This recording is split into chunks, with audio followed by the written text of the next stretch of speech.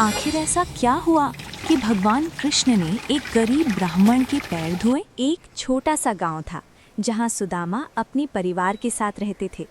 सुदामा बहुत बड़े विद्वान थे, लेकिन उनकी आर्थिक स्थिति बहुत खराब थी। उनके घर में कई बार 2 वक्त की रोटी भी नहीं होती थी। एक दिन उनकी पत्नी ने बड़े संकोच से कहा, स्वामी, आप हमेशा कहते हैं कि द्वारकाधीश श्री कृष्ण आपके परम मित्र हैं। क्या आप उनसे एक बार मिलने नहीं जाएंगे? वो तो दुखों को हर।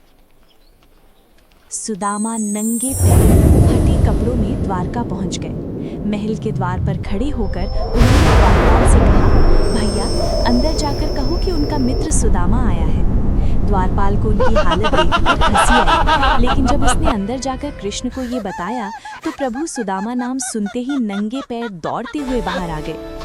पूरा राज दरबार दंग रह गया जब उन्होंने देखा कि ब्रह्मांड के स्वामी एक साधारण से ब्राह्मण को गले लगाकर रो रहे हैं। कृष्ण सुदामा को अपने सिंहासन पर बिठाते हैं और अपने आंसुओं से उनके पैर धोते हैं।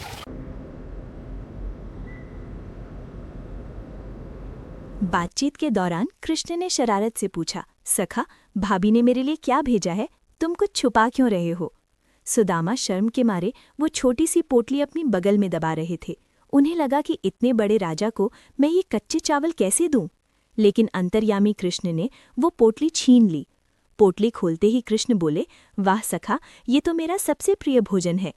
कृष्ण ने पहली मुट्ठी चावल खाए तो उन्होंने सुदामा को धरती का सारा सुख दे दिया।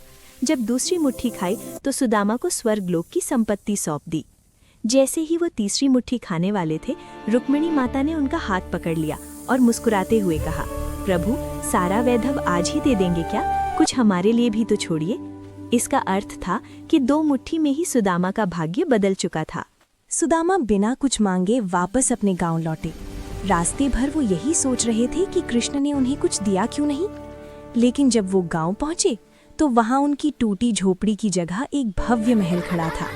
उनकी पत्नी और बच्चे राजकुमारों की तरह सजे हुए थे। सुदामा समझ गए कि उनके सखा ने बिना कहे ही उनकी सब चिंताएं दूर कर दी हैं।